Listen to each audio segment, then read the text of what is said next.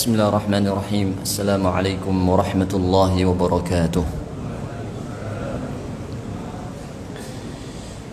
إن الحمد لله نحمده ونستعينه ونستغفره ونعوذ بالله من شرور أنفسنا ومن سيئات أعمالنا. من يهده الله فلا مضل له ومن يضلل فلا هادي له. أشهد أن لا إله إلا الله وحده لا شريك له وأشهد أن محمدا عبده ورسوله بلغ الرسالة وأدى الأمانة ونصح الأمة وتركنا على المحجة البيضاء ليلها كنهارها لا يزيغ عنها إلا هالك. وصلوات الله وسلامه على نبينا محمد وعلى آله وصحبه ومن سار على نهجه إلى يوم الدين. يقول ربنا جل في علا: يا أيها الذين آمنوا اتقوا الله حق تقاته ولا تموتن إلا وأنتم مسلمون. وقال: يا أيها الناس اتقوا ربكم الذي خلقكم من نفس واحدة وخلق منها زوجها وبث منهما رجالا كثيرا ونساء واتقوا الله الذي تساءلون به والأرحام إن الله كان عليكم رقيبا.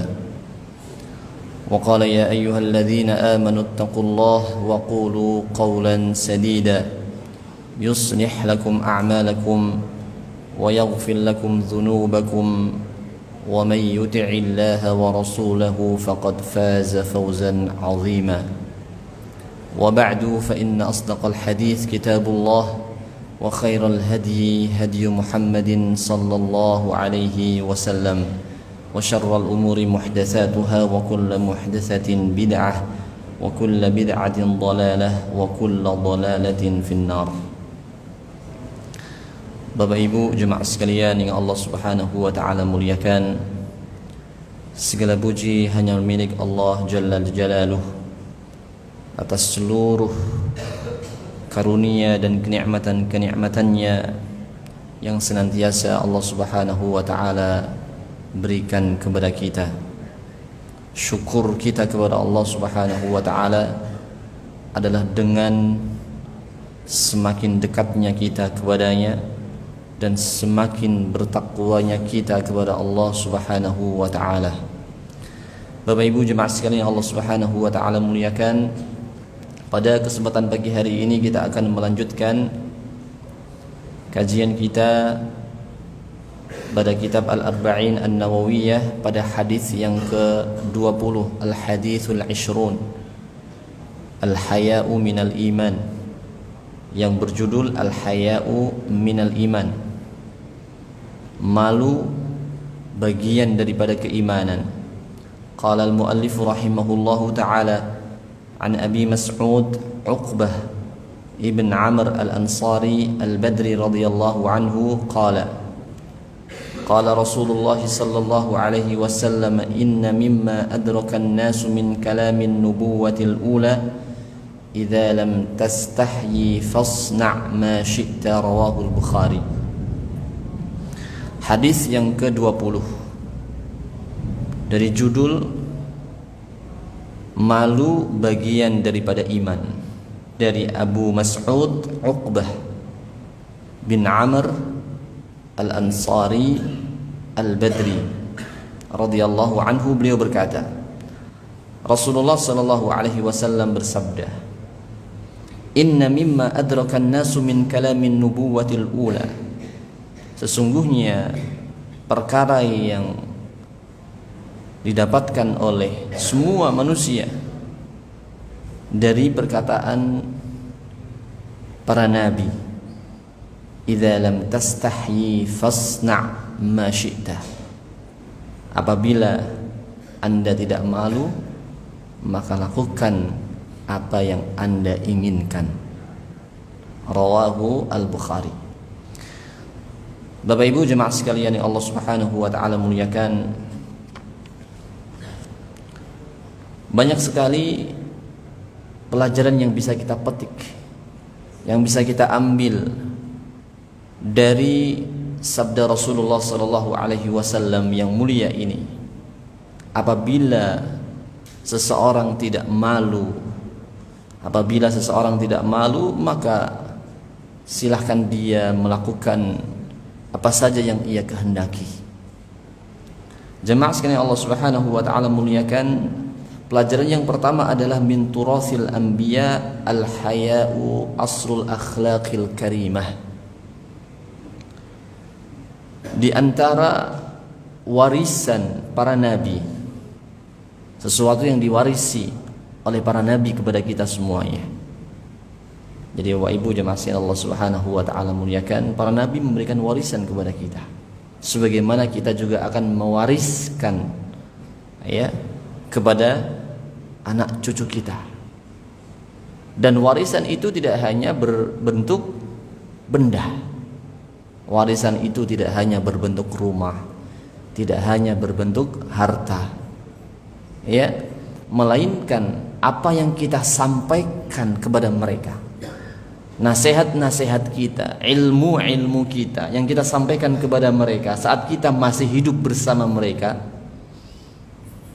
ini juga disebut dengan warisan yang kita tinggalkan bagi mereka. Dan para ulama, para nabi memberikan warisan kepada kita. Al-haya'u aslul akhlaqil karimah. Malu ini merupakan asal, merupakan pondasi daripada akhlak yang terpuji. Malu ini merupakan pondasi bagi akhlak mulia tersebut. Wa aqwa ba'isin 'ala fi'lil khairi wajtinabis syarr. Dan malu ini juga perkara yang paling kuat yang akan mendorong kita untuk melakukan al-khair, kebaikan, dan akan mendorong kita untuk meninggalkan asyarr, keburukan. Ini malu Bapak Ibu jemaah sekalian. Makanya Bapak Ibu jemaah sekalian Allah Subhanahu wa taala muliakan, kalau kita sudah tidak memiliki malu, atau kita mungkin melihat orang-orang yang sudah tidak malu, maka mereka akan melakukan apa saja yang mereka inginkan. Mereka sudah tidak akan memperhatikan aturan-aturan Allah Subhanahu wa taala, aturan-aturan Rasulullah sallallahu alaihi wasallam. Terutama di era sekarang, semuanya dapat ditunjukkan di hadapan manusia. Makanya kenapa kalau kita melihat orang-orang sekarang, berbagai bentuk kemungkaran, kriminalitas, kejahatan, semuanya mereka lakukan dengan terang-terangan. Kenapa? Karena rasa haya, rasa malu itu sudah tidak ada pada dirinya. Kalau malu sudah tidak ada pada dirinya, maka dia akan tidak bisa melakukan kebaikan, dan dia juga akan tidak bisa menjauhi keburukan. Kenapa? Karena al-haya'u aslu al-akhlaqi al-karimah. Haya, rasa malu ini merupakan pondasi bagi akhlak yang terpuji. Bapak Ibu jemaah sekalian Allah Subhanahu wa taala muliakan. Walidha kana min turathil anbiya'il mutaqaddimin alladhi lam yunsakh fima nusikha min syara'i'ihim tadawalahu an-nas bainahum wa tawarathuhu 'anir rusuli qarnan ba'da qarn. واشتهر وتمسك البشر به حتى وصل إلى هذه الأمة المسلمة. Maka dari itu merupakan warisan para nabi yang terdahulu, yang warisan ini tidak dinasakh. Meskipun ada syariat-syariat para nabi-nabi terdahulu telah dinasakh, tapi malu ini tidak dinasakh. dan menjadi warisan hingga bagi umat Rasulullah Muhammad sallallahu alaihi wasallam. Bapak Ibu jemaah sekalian yang Allah Subhanahu wa taala muliakan, sekarang ini kita berada di hari-hari yang sedikit panas ya. Sedikit panas. Gara-gara apa ini panasnya? Padahal sudah hujan. Ya kan? Padahal sudah hujan, sudah adem suasananya. Udaranya adem, tapi suasananya panas. Kenapa? Karena menjelang pemilu.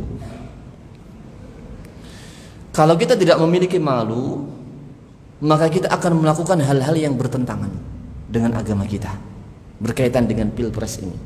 Kita akan mengucapkan perkataan yang dusta, ya, kita akan memberikan persaksian yang tidak benar, ya, dan berbagai macam bisa kita lakukan kalau kita sudah tidak malu.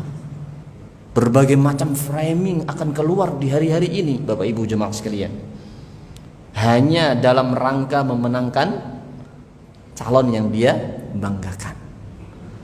Bapak Ibu jemaah sekalian Allah Subhanahu wa taala muliakan, seorang muslim itu memiliki karakter. Seorang muslim itu memiliki karakter. Dia tidak mudah terbawa arus. Dia tidak mudah mengucapkan sesuatu yang ia dengar. Ya.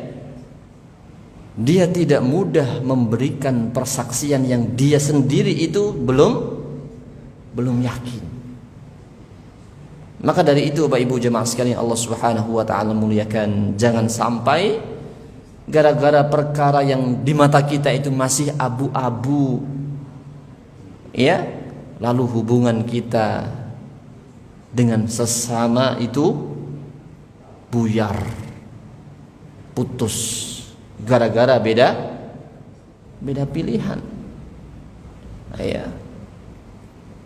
Bapak Ibu jemaah sekalian Allah Subhanahu wa taala muliakan, mana yang kita pilih itu masing-masing berhak memberikan penilaiannya.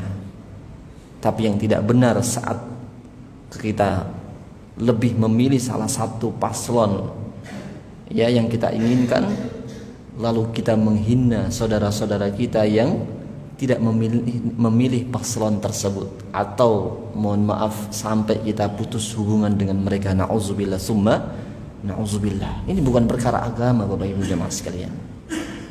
Ya. Bapak Ibu jemaah sekalian Allah Subhanahu wa taala muliakan, beberapa tahun yang silam pernah terjadi di sebuah kota. Di sebuah kota, tidak perlu saya sebutkan kotanya. Kejadian yang barangkali sangat menyesakkan hati bagi yang faham tentang dunia politik sesungguhnya, di mana kaum muslimin, ya, berperang Bapak Ibu jemaah sekalian, berperang. Tidak hanya putus hubungan, ya, tidak saling sapa, tapi perang, cabut pedang. Na'udzubillah. Ini terjadi beberapa tahun yang silam. Bunuh-bunuhan.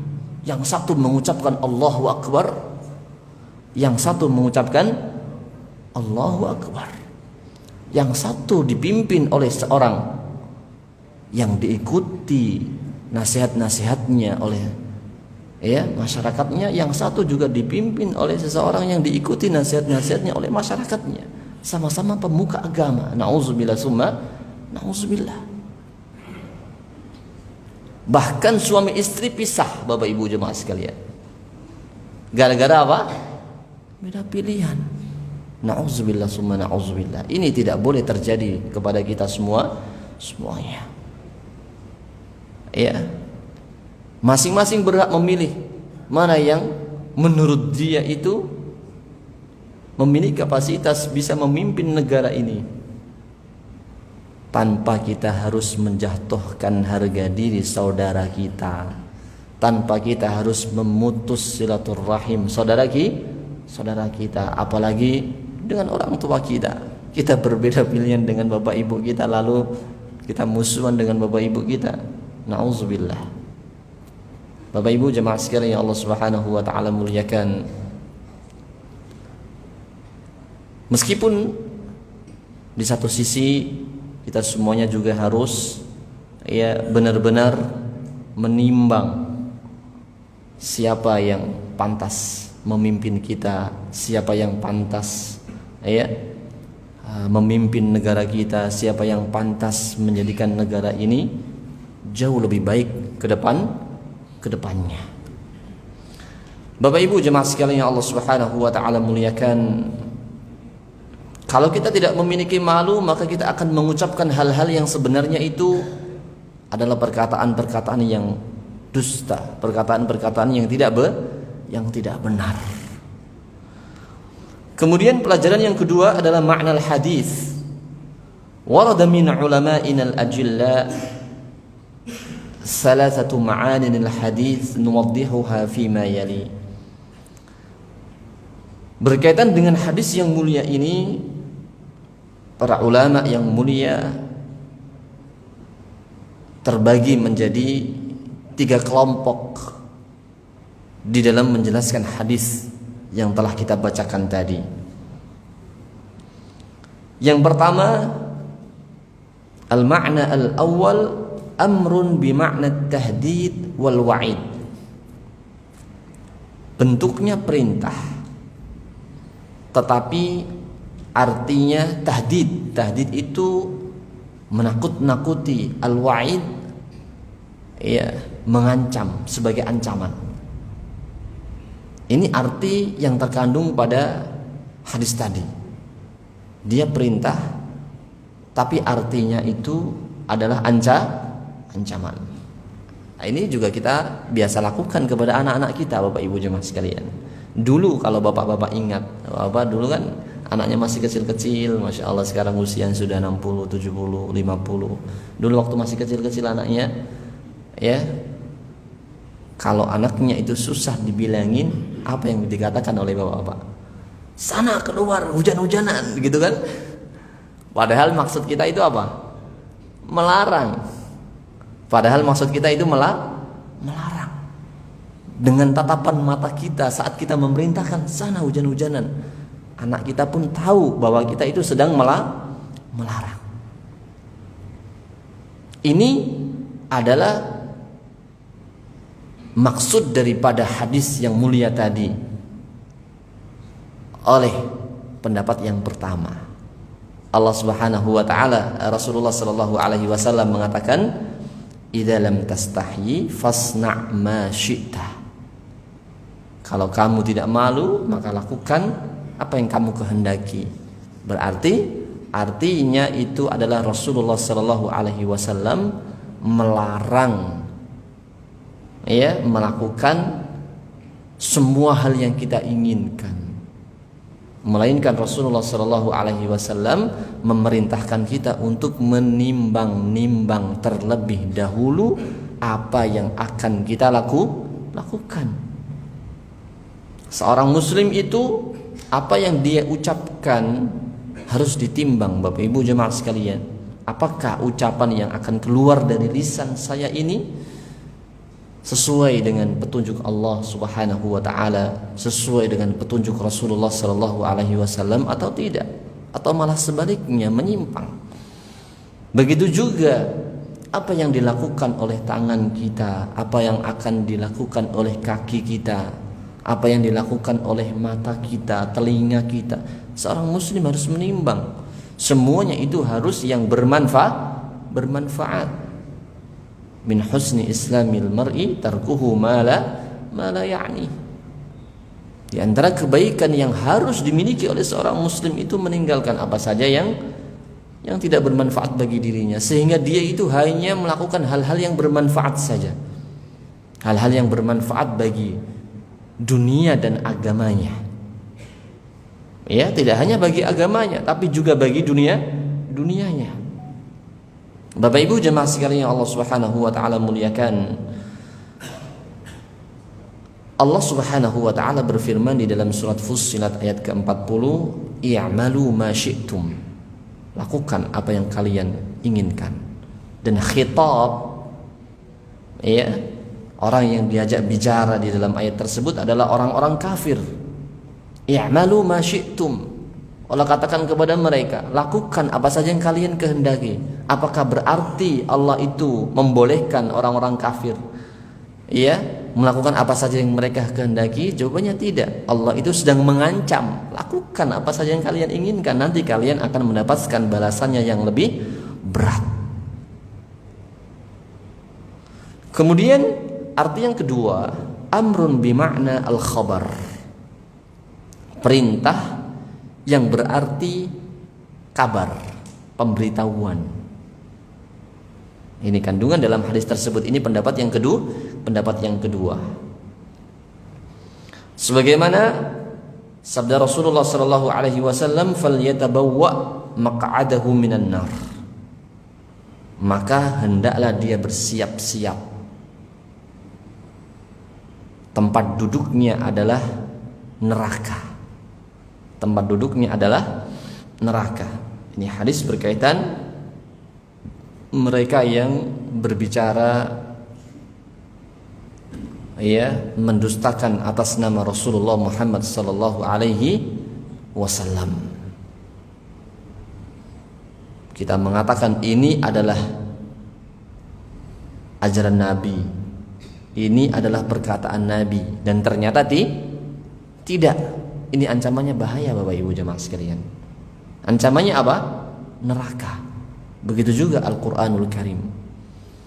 Maka dari itu seorang muslim tidak diperkenankan apabila dia tidak memiliki ilmu untuk memahami Al-Quran dan As-Sunnah, Al-Hadis, lalu dia menjelaskan Al-Quran dan As-Sunnah sesuai hawa nafsu dia. Kenapa? Karena ancamannya adalah neraka. Sehingga bagi kita, orang-orang yang bisa dikategorikan sebagai awam, ya, orang-orang awam yang jauh sekali daripada para ulama, maka kalau kita ingin selamat memahami Al-Quran dan As-Sunnah, kita kembalikan pemahaman tersebut kepada para ulama. Kita kembalikan pemahaman Al-Quran As-Sunnah kepada Al-Imam Asy-Syafi'i rahimahullah, kepada murid-muridnya, kepada Al-Imam Abu Hanifah rahimahullah dan murid-muridnya, Imam Malik rahimahullah dan murid-muridnya, Imam Ahmad bin Hanbal dan murid-muridnya, dan semua para ulama. Kita kembalikan pemahaman Al-Quran dan As-Sunnah kepada mereka. Bukan kita masing-masing memahami Al-Quran dan As-Sunnah sesuai keinginan kita, Bapak Ibu jemaah sekalian. Ya, karena kita sangat jauh sekali daripada perangkat-perangkat ilmu yang harusnya kita miliki untuk memahami daripada an-nusus, nas-nas Al-Quran dan nas-nas dalam hadis Rasulullah Muhammad sallallahu alaihi wasallam. Bapak Ibu jemaah sekalian Allah Subhanahu wa taala muliakan, maka tidak salah kalau ada orang mengatakan bahwa kalamnya para ulama itu dalil. Itu tidak salah juga. Karena apa? Karena para ulama itu ketika mengucapkan sebuah fatwa, ketika mengucapkan sebuah statement hukum, ya, qaul, pendapat, mereka itu tidak mengucapkan pendapat-pendapatnya dengan hawa nafsunya, melainkan menggunakan ilmu yang kita tidak miliki. Makanya bagi orang-orang awam dibolehkan mereka bertaklid kepada para ulama, Bapak Ibu jemaah sekalian. Boleh atau tidak kita bertaklid kepada para ulama? Jawabannya boleh. Karena mereka lah orang-orang yang patut kita ikuti di dalam beragama. Dan tentunya setiap muslim itu memiliki derajat yang berbeda-beda di dalam mengikuti para ulama tersebut.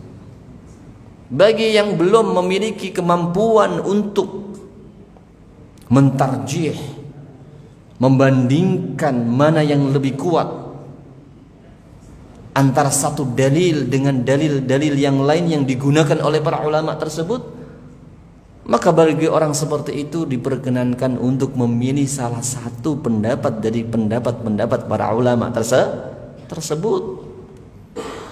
Karena kalau orang awam tersebut tidak mengikuti para ulama, bagaimana dia beribadah kepada Allah Subhanahu wa taala? Tidak akan bisa.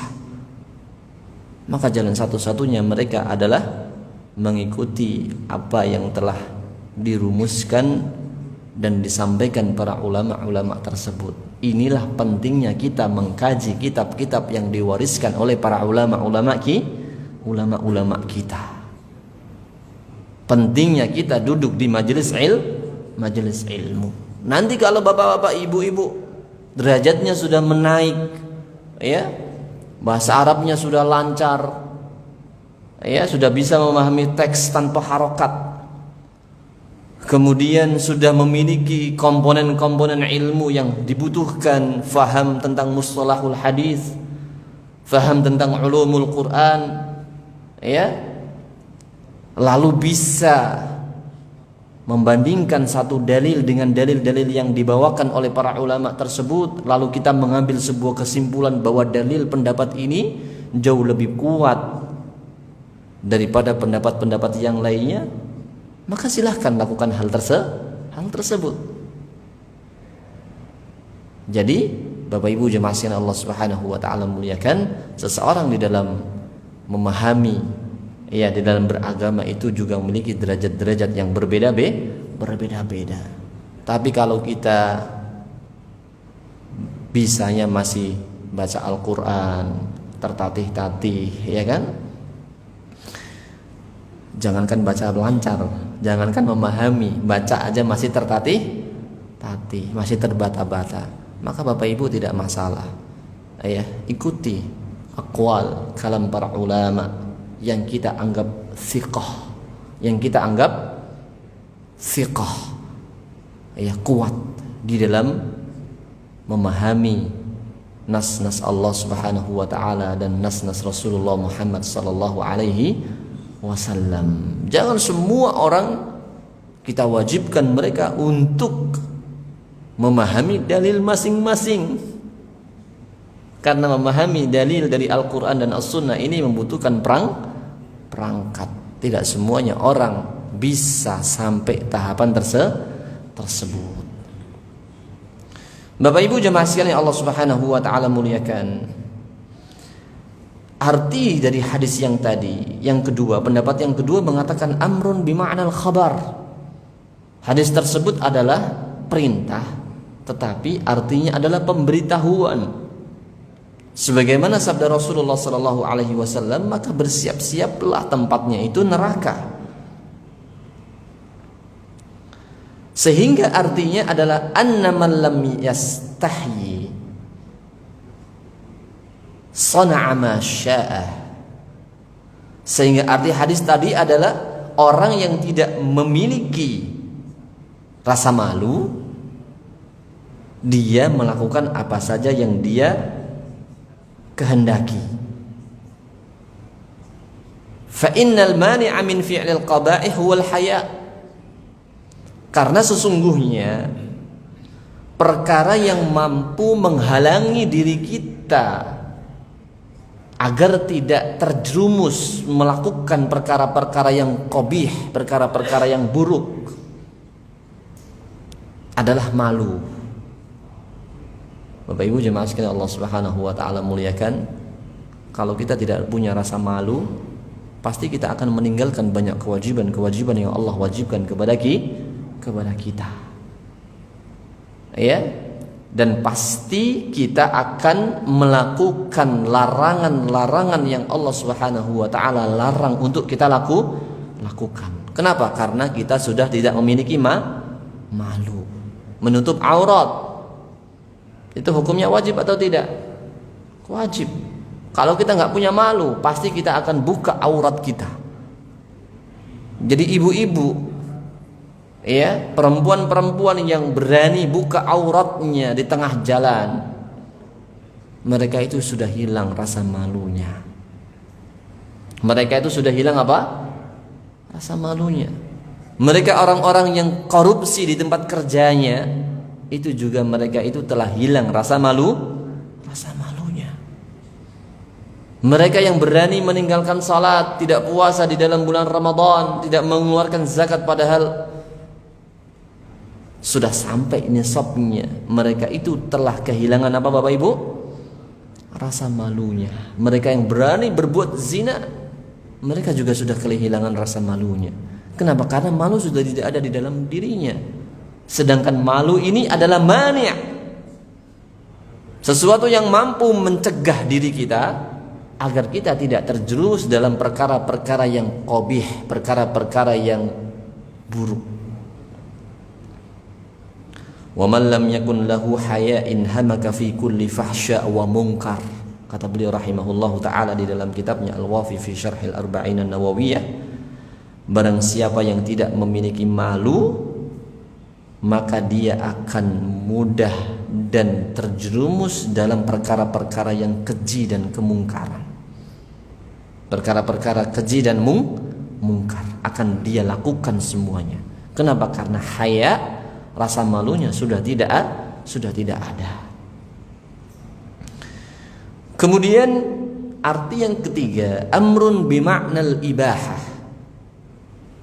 Hadis tadi perintahnya itu artinya adalah ibahah, mubah, boleh.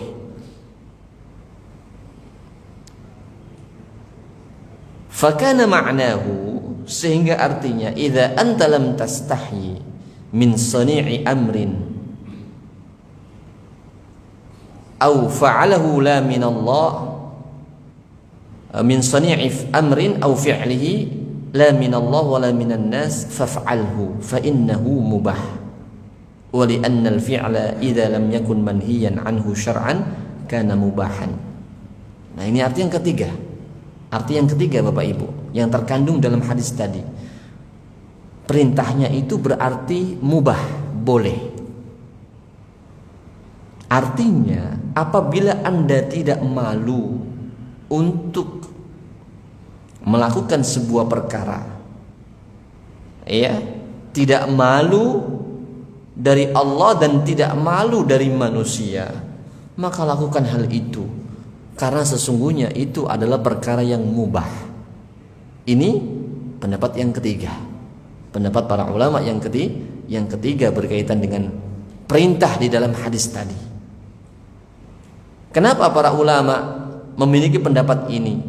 Karena mereka mengatakan sesungguhnya perkara yang hendak atau pekerjaan al-fi'l, sesungguhnya amal perbuatan itu apabila tidak dilarang di dalam syariat, tidak dilarang, tidak ada larangannya, maka perkara tersebut itu mubah untuk dilakukan. Jadi pendapat yang ketiga itu mengatakan seperti ini: kalau ada perkara tidak dilarang di dalam syar'i, iya, lalu Anda tidak malu untuk melakukannya, maka lakukan, karena itu perkara yang mubah. Contohnya apa ini? Contohnya apa ini? Contohnya auratnya seorang laki-laki itu dari mana Bapak Ibu? Dari pusar hingga lutut. Artinya kalau seorang laki-laki membuka auratnya, bukan buka auratnya, menutup auratnya tersebut, lalu bagian yang lain terbuka, ini secara syariat boleh atau tidak? Boleh. Ya, secara syariat boleh. Jadi bapak-bapak olahraga lari pagi, ya kan, pakai celana yang menutupi pusar hingga lutut, ya, jadi di bawah lutut sedikit lah, kemudian lari tidak pakai baju dalam rangka supaya matahari terserap oleh tubuh kita misalnya. Bapak melakukan itu tidak malu, ya, tidak malu dikatakan oleh orang-orang, maka jawabannya boleh, tidak masalah. Ini arti yang terkandung dalam hadis tadi menurut pendapat para ulama yang ketiga. Ya, perkara yang tidak dilarang di dalam syariat Islam boleh kita lakukan kalau kita tidak malu untuk melakukannya. Nah, itu salah satu contohnya seperti tadi. Bapak Ibu jemaah sekalian Allah Subhanahu wa taala muliakan, kita mengetahui dari satu hadis saja terdapat 3 pendapat para ulama di dalam memahami nas tersebut. Ya. Dan tentunya para ulama ketika memahami nas tadi, mereka tidak memahami dengan hawa nafsunya, tapi memahami dengan ilmu yang mereka miliki. Sehingga bagi kita ini sebenarnya cukup mengembalikan pendapat kita kepada para ulama tersebut. Kalau kita ingin memahami Al-Quran, maka bacalah tafsir-tafsir para ulama. Kalau kita ingin memahami hadis, maka bacalah syarah-syarah hadis dari para ulama. Ya, jangan kita ingin memahami Al-Quran, kita hanya baca Al-Quran dan terjemahnya saja, cukup hanya itu.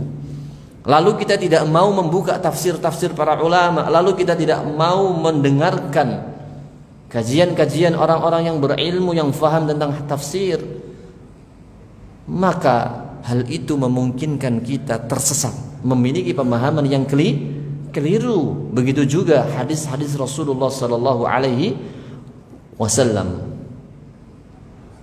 Begitu juga hadis-hadis Rasulullah sallallahu alaihi wasallam. Bapak Ibu jemaah sekalian yang Allah Subhanahu wa taala muliakan, kemudian poin berikutnya adalah al-haya'u naw'ani. Malu itu ada 2 macam. Wah, malu ada 2 macam Bapak Ibu. Ya, ada bagiannya. Ada 2 macam malu itu. Yang pertama adalah al-haya'ul fitri. Rasa malu yang memang tumbuh secara fitrah di dalam diri kita. Dan inilah yang kemudian menjadikan terbentuknya sebuah karakter yang mulia pada diri seseorang, karena Allah Subhanahu wa taala berikan secara fitrah rasa malu di dalam dirinya. Iya. Makanya Rasulullah sallallahu alaihi wasallam menyebutkan di dalam hadisnya, al-haya'u syu'bah min syu'abil iman. Keimanan, malu itu merupakan bagian dari keimanan. Kemudian yang kedua, al-haya'ul muktasab. Malu yang terbentuk karena pengetahuan yang kita miliki. Ya, malu yang terbentuk karena pengetahuan yang kita miliki. Ilmu yang kita miliki. Ini jenis malu yang kedua. Bapak Ibu jemaah sekalian Allah Subhanahu wa taala muliakan, dan kedua-duanya ini harus kita pertahankan. Ada malu yang memang itu tumbuh ada pada diri setiap manusia. Seseorang itu pasti ketika hendak membunuh, memiliki keinginan membunuh seseorang, secara fitrah, secara naluri manusia, dia akan malu atau tidak Bapak Ibu jemaah sekalian? Pasti akan malu. Nah, ini harus kita pertahankan. Itu fitrah yang baik yang Allah berikan kepada diri manusia. Yang kedua, kita malu, tidak mau melakukan hal itu karena kita tahu bahwa itu ada perbuatan dosa besar. Bahwa itu adalah perbuatan dosa besar. Membunuh manusia itu perbuatan dosa besar Bapak Ibu jemaah sekalian. Ya. Boleh enggak kita membunuh orang? Boleh atau tidak Bapak Ibu? Wah, ini kan lagi viral ini berita di mana-mana, fulan bunuh fulan, anak bunuh orang tua, ya kan? Fulan membunuh temannya, ya kan? Ayah membunuh anaknya, nauzubillah summa nauzubillah. Setiap hari kita ditontonkan oleh media-media berita-berita yang menyesakkan hati kita Bapak Ibu jemaah sekalian. Seorang suami tega membunuh anak dan istrinya. Seorang istri tega meracuni suaminya, ya kan? Seorang anak tega membunuh ibunya, na'udzubillah. Ya, seseorang tega membunuh orang yang tidak bersalah, ada begal dan lain sebagainya. Itu setiap hari kita dengarkan, kita lihat, na'udzubillah. Padahal itu perbuatan yang sangat besar dosanya, Bapak Ibu jemaah sekalian. Termasuk perkara yang akan menghancurkan diri manusia kelak di hadapan Allah adalah apa? Membunuh tanpa hak. Boleh nggak kita membunuh seseorang? Boleh kalau secara hak. Contohnya secara hak itu bagaimana? Kita membunuh orang di medan perang. Kita jihad di jalan Allah Subhanahu wa taala, lalu kita bunuh musuh kita. Itu adalah membunuh yang terpuji. Ya, dan kita boleh membunuh di dalam Islam dalam rangka pembelaan. Dalam rangka apa? Pembelaan. Karena kita diwajibkan di dalam agama kita ini untuk menjaga jiwa yang Allah berikan kepada kita. Sehingga Islam memerintahkan kita untuk melindungi jiwa kita, Bapak Ibu jemaah sekalian. Misalnya suatu saat fulan naik motor tengah malam, ya kan? Lalu dia dihadang oleh orang-orang yang bersenjata misalnya. Posisi dia, kalau dia tidak membunuh, dia yang akan dibunuh. Maka di dalam syariat Islam, orang yang membela jiwanya, menyelamatkan jiwanya dari kelakuan orang-orang yang tidak bertanggung jawab ini tidak disalahkan. Artinya adalah perkara yang dibetulkan, perkara yang dibenarkan. Tapi kalau kita kembalikan kepada hukum negara kita, siapa saja yang membunuh pasti bersalah.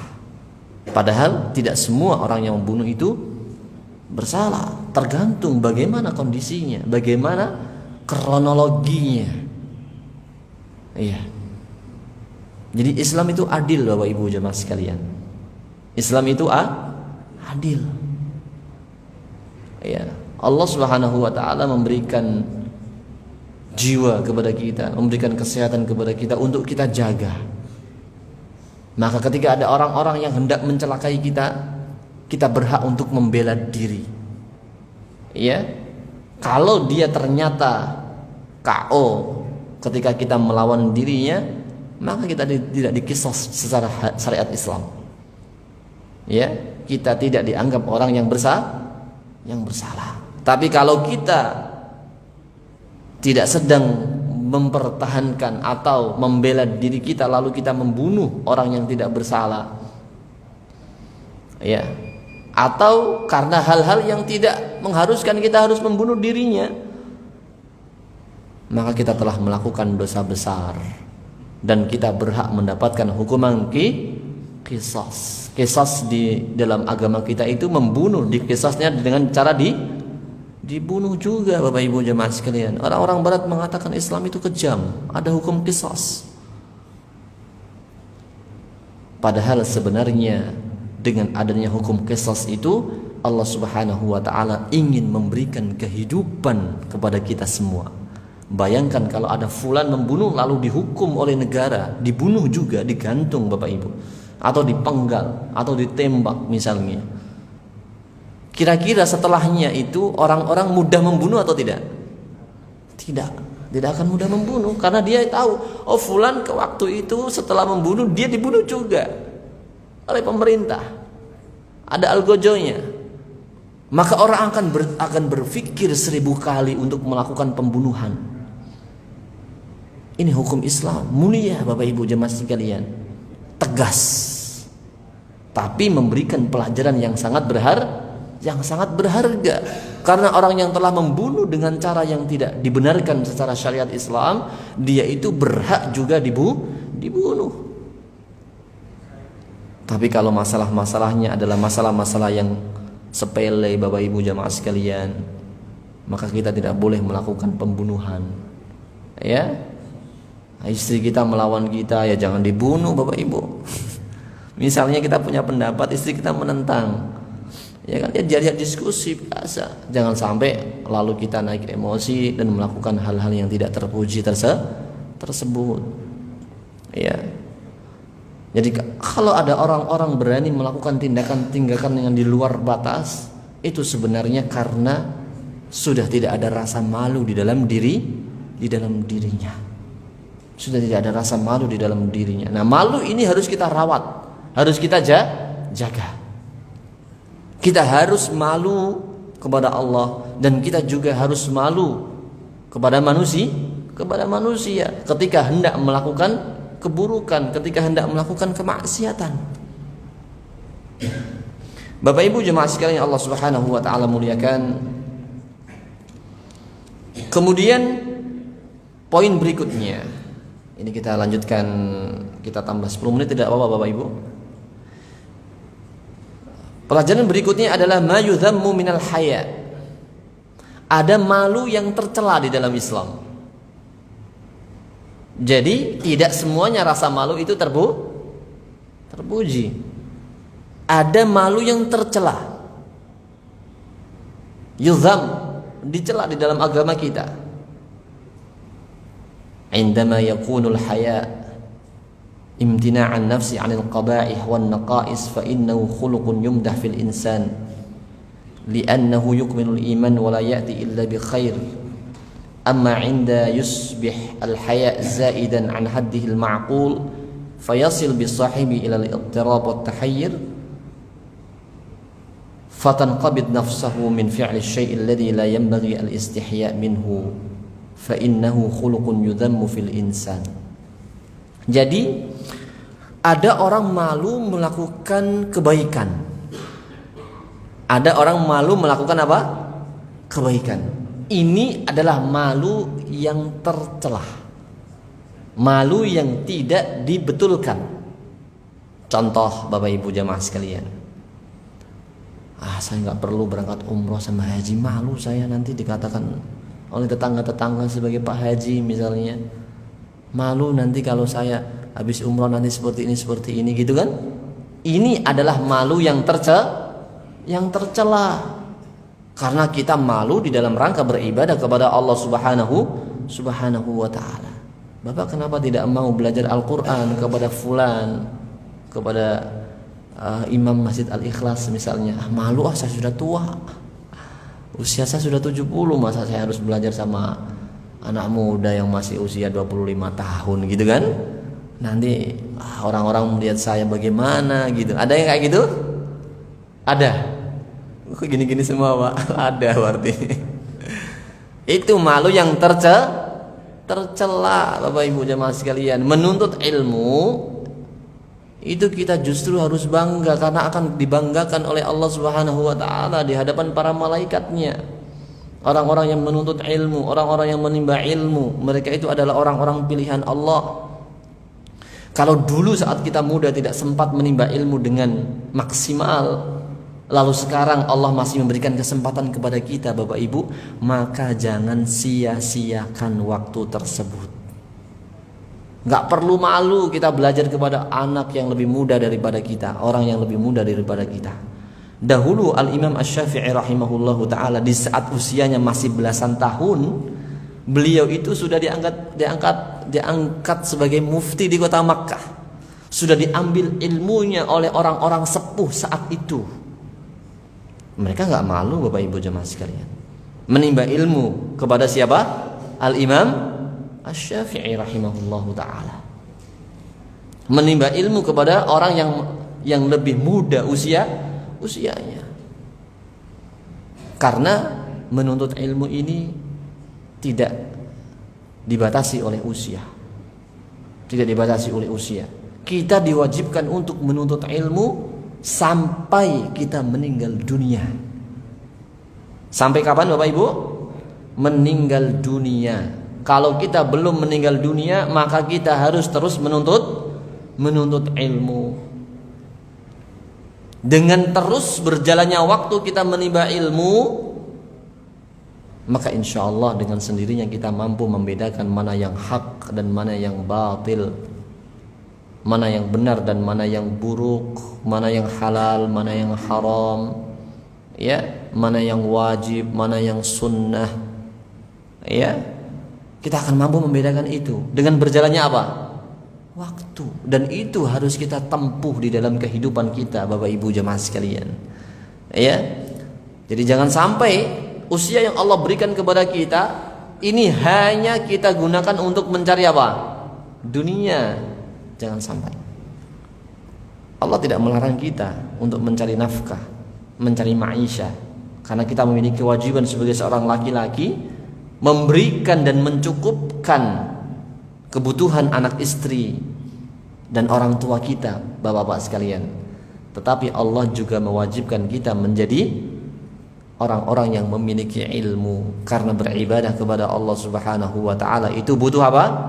Butuh ilmu. Kalau kita tidak berilmu, kita tidak akan mungkin pernah bisa beribadah kepada Allah Subhanahu wa taala dengan benar.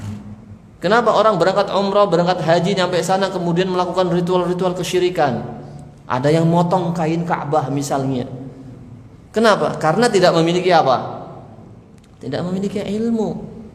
Dia memiliki keyakinan setelah dia dapat kain itu, lalu dia akan menjadikan jimat, lalu dia yakin bahwa nanti usahanya lancar, bisnisnya lancar dan seterusnya. Ini karena apa?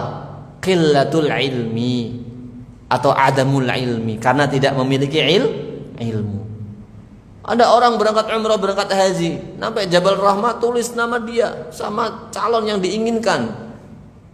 Katanya nanti kalau setelah menulis akan dipertemukan jodohnya dengan orang fulanah tersebut. Ini juga merupakan perbuatan yang terlarang, termasuk kesyirikan, karena kita meyakini sesuatu yang tidak bisa memberikan apa-apa kepada kita, dia mampu memberikan hal itu kepada kita.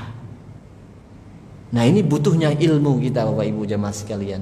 Orang yang tidak memiliki ilmu, ya, ketika dia hendak berbisnis, justru dia malah lari ke tempat dekat pesugihan, melakukan ritual-ritual semedi, ya kan? Potong ayam, gantungkan jimat, ya, dan macam-macam, melakukan ritual-ritual pesugihan yang lain. Orang yang kalau kaya ya bekerja, pelajari ilmunya, ya kan? Lakukan dengan cara yang benar, bukan dengan melakukan ritual-ritual tersebut yang justru akan menafikan, menghilangkan keimanan kita. Karena kesyirikan itu membatalkan iman, Bapak Ibu jemaah sekalian. Maka dari itu silakan kita cek masing-masing diri kita. Masih ada atau tidak yang menggantungkan jimat-jimat tertentu di rumahnya? Kalau masih ada, bismillah, cabut, bakar, Bapak Ibu jemaah sekalian. Ya, entah itu tulisan raja, entah itu gantungan yang pernah diberikan dari kakek nenek moyang kita, ya, entah itu keris, katanya ini keris harus kamu jaga supaya kamu selalu selamat, ya, nanti ketika merantau di kota orang, kerisnya di mana-mana dijaga, itu dirawat. Na'udzubillah.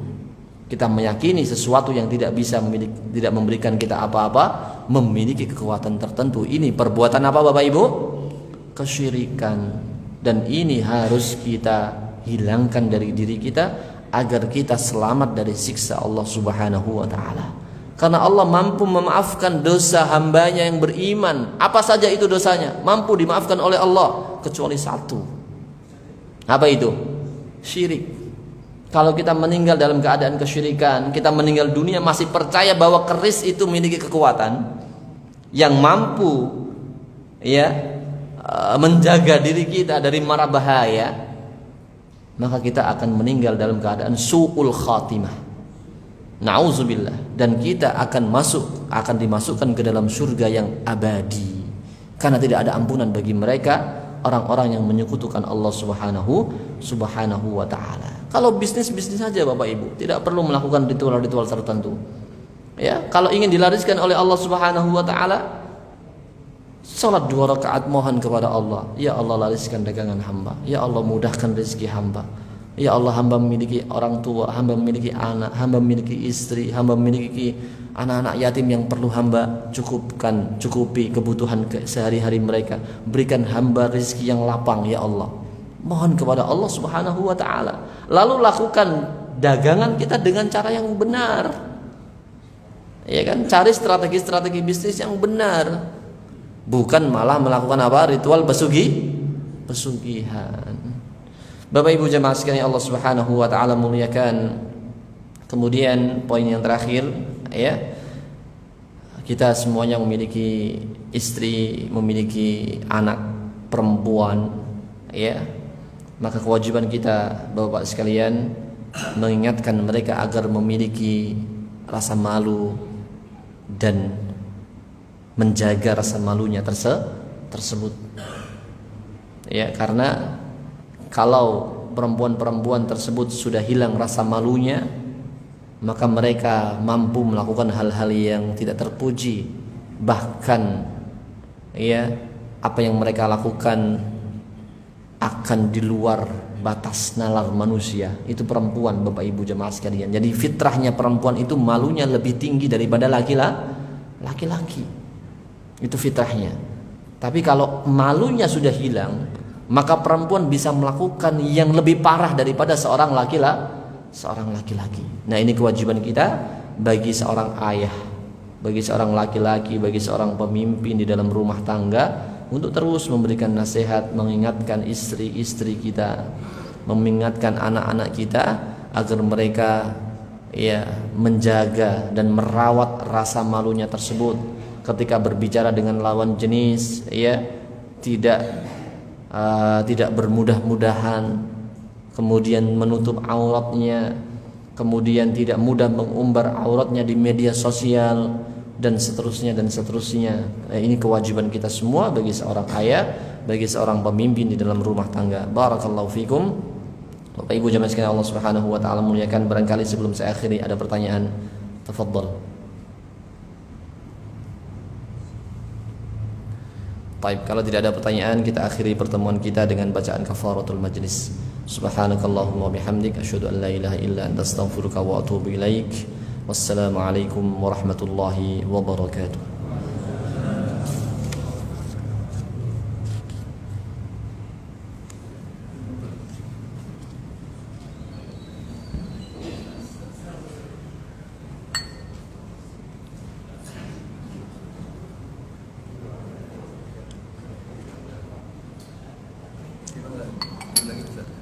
Jazakumullah khairan, Pak. Ada Pak. Ada rezeki kecil.